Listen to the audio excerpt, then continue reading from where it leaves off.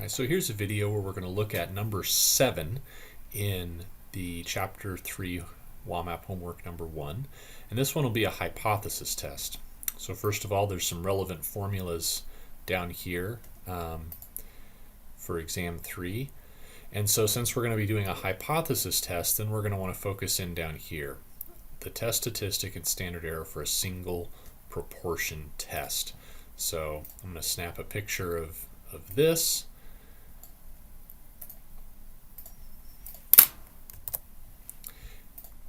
And then we'll go ahead and open up the homework assignment. And we're going to go to question number 7. All right, so one of the challenges of this particular problem is that they really give you a lot of information, right?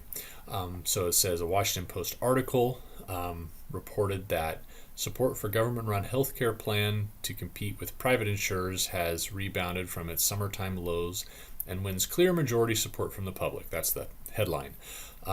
More specifically, it says 7 in 10 Democrats back the plan, while almost 9 in 10 Republicans oppose it. Independents divided 52% against, 42% in favor of the legislation.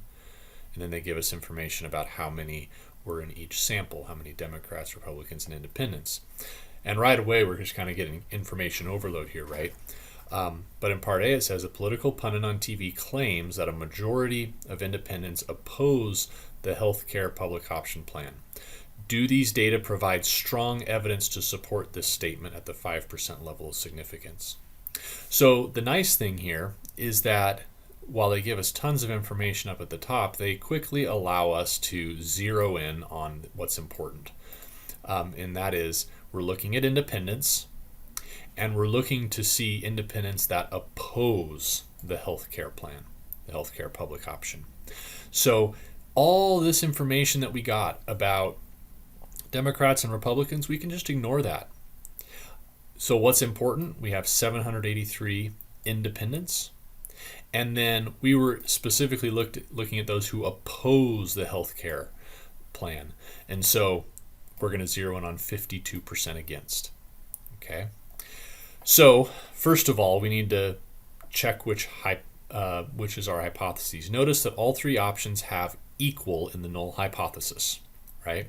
And so remember that the null hypothesis always contains the equal sign. To decide which alternative hypothesis is appropriate, it says a political pundit on TV claims that a majority of independents oppose. So a majority means more than 50%, and so I'm going to pick this one that says P is greater than 0.5. So when we do a hypothesis test, we need to find our test statistic, which is a z-score, and then use that to help us find the p-value. So the idea here that we're trying to do, the reason we have to find the test statistic, remember, is that the z-score tells us where we're at on the normal curve. So over here, I'm going to make a little sketch. So the idea here is that if I was to take sample after sample after sample, as we did with simulations in chapter 2, then that sampling distribution would form a bell curve if I was to create a dot plot or a histogram of it. And so what we want to know is the sample proportion that we have, where does that fall here? If it falls kind of toward the center, then that sample would not be unexpected based on the idea that the null hypothesis is true. But if it's way out here on the edge, then we would say our sample was unexpected, and so therefore maybe the null hypothesis is false. So first of all, let's get a handle on what our sample proportion is. We look over here. Since the hypotheses we set up were all about the proportion of independents who oppose, then we need to know the proportion from our sample who oppose. And we can see that it's 52%. So I'm going to put 0.52. Now, just one real quick thing to mention here is that sometimes this can throw us off a little bit. A lot of problems, and if I just back up to, if I back up here to say, oops, I went a little too far there, didn't I? If I went all the way back to number 1, they gave us 348 out of 400. And so we had to take 348 divided by 400 in order to calculate our sample proportion. In this case, though, the reason we don't have to do any of that is because they already gave it to us in percent form, right? So there's nothing to calculate. I can just say, oh, they told me 52% in the sample were against. Great. I can put down 0.52. Now, of course, the sample size is going to matter because that is where we're going to get our standard error. So we can see that our z-score is going to take our sample proportion. I should zoom in just a bit here, I think, so you can see better. Our sample proportion here. Subtract off p0. Remember that p0 is our null value. So it's whatever number is showing up in the null hypothesis. P hat is our sample proportion. And then SE, of course, is our standard error. So I've got my sample proportion. P0 is 0.5. That's the number I'm using in my null hypothesis. And my standard error, with a hypothesis test, we're going to use, instead of the sample, we're going to use the actual null value. And then here's where I put in 783 independence. And again, if you have a calculator where you're comfortable putting everything in at once, great. If you want to do it in pieces, that's fine. Just keep lots and lots of decimal places. So 0.5 times 0.5 is 0.25. And then if I take 0.25 divided by 783, then I get a pretty small number. I get a scientific notation. Let me just make a little note here that in my calculator is saying 3.192848E negative 4. But remember, that just means the decimal has to move back 4 places from where it's at there. So it would be 0.0003 192848.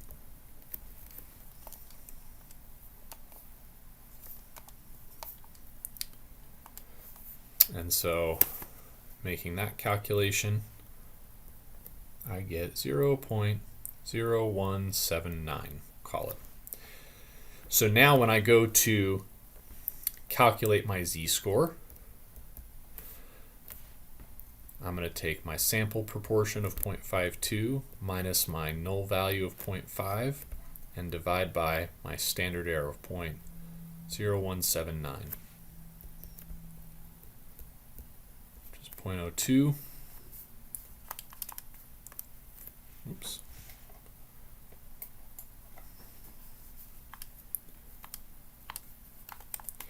And I get 1.12, we'll go 117, I guess we'll call it. So there's our z-score. Oh, I guess they asked us to round to 2 decimal places, didn't they? So we'll say 1.12. So that's my test statistic. Now, what that's telling me, right, is that it's giving me a sense of where my sample proportion falls on this normal curve. 1.12, if you kind of have the 68, 95, 99.7 rule in your mind, you should be kind of thinking 1.12 would be about where I'd put it, so that between that on the other side and there gets me, 68% or so of the normal curve. That would be where 1 is, and so 1.12 is just a little higher. All right, so now what I want to do, though, is I want to calculate what proportion of samples, or what are the chances that if I take a sample, that I get a z-score of 1.12 or higher. right? That's going to be my p-value. And so that I can do in my normal probability calculator. So I make, first of all, I switch this and shade the side that matches with this picture. But then in the z, I put 1.12. So that gives me a probability of 0.1314.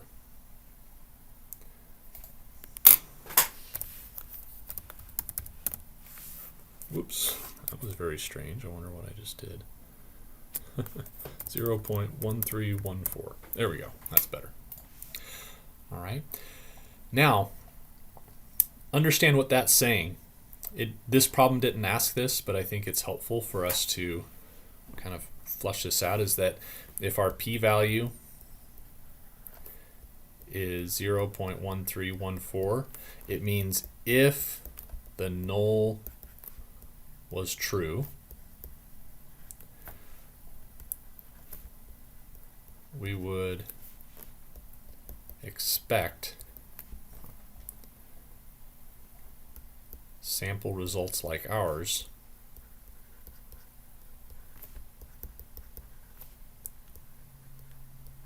or ones further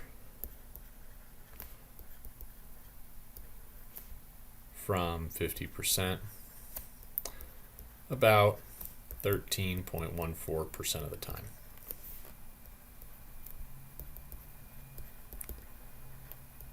And actually, I probably should be just a bit more specific here. Instead of saying further from 50%, how about greater than? In this case, we want to be specifically greater than 50% because we're only shading the upper part of the curve. And remember, the reason we're only shading the upper part is because our alternative hypothesis is that p is specifically greater than 0.5.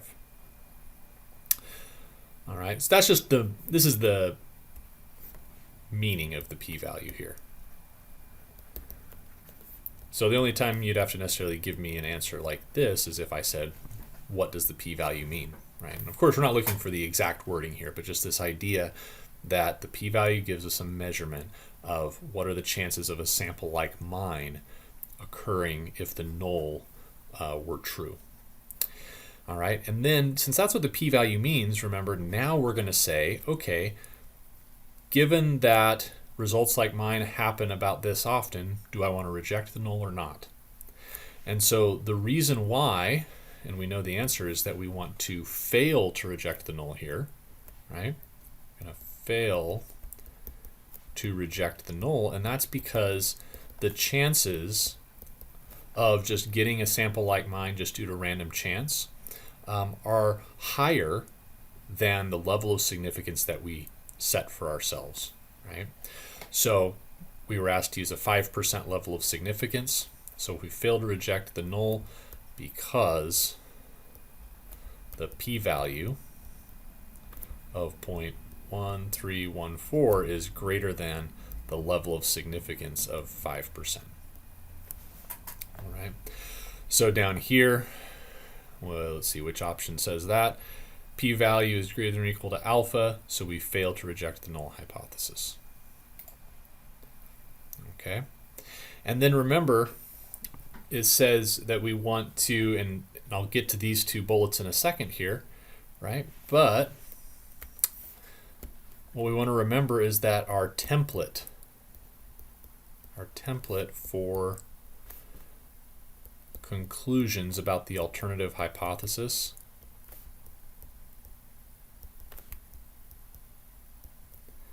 I want every one of them to basically be saying this. Either there is / isn't enough evidence